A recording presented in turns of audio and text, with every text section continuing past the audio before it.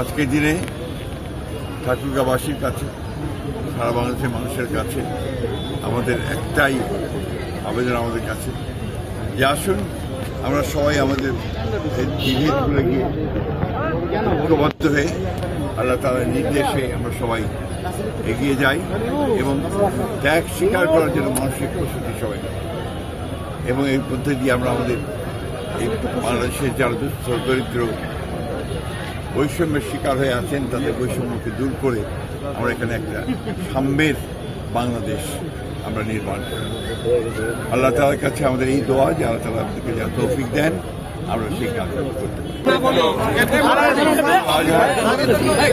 নামাজ আদায় করেছি। আমি ভরসা রাখি হিরন স্মার্ট ওয়াটার পিউরিফায়ারে।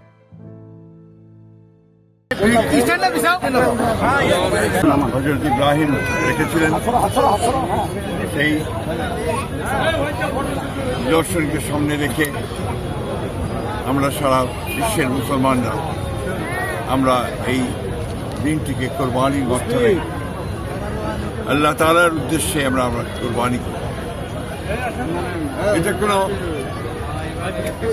হত্যা নয়, এটা বিশ্বকবি বিদ্রোহী কবি নজরুল ইসলামের কথায় আজই হত্যা নয়, সত্যাগ্রহ সত্যের উদ্ভব।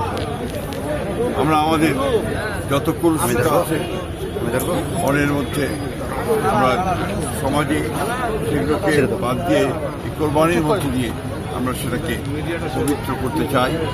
সেটাকেই আমরা একটা এই আল্লাহ তাআলার নির্দেশে এই কোরবানি আমরা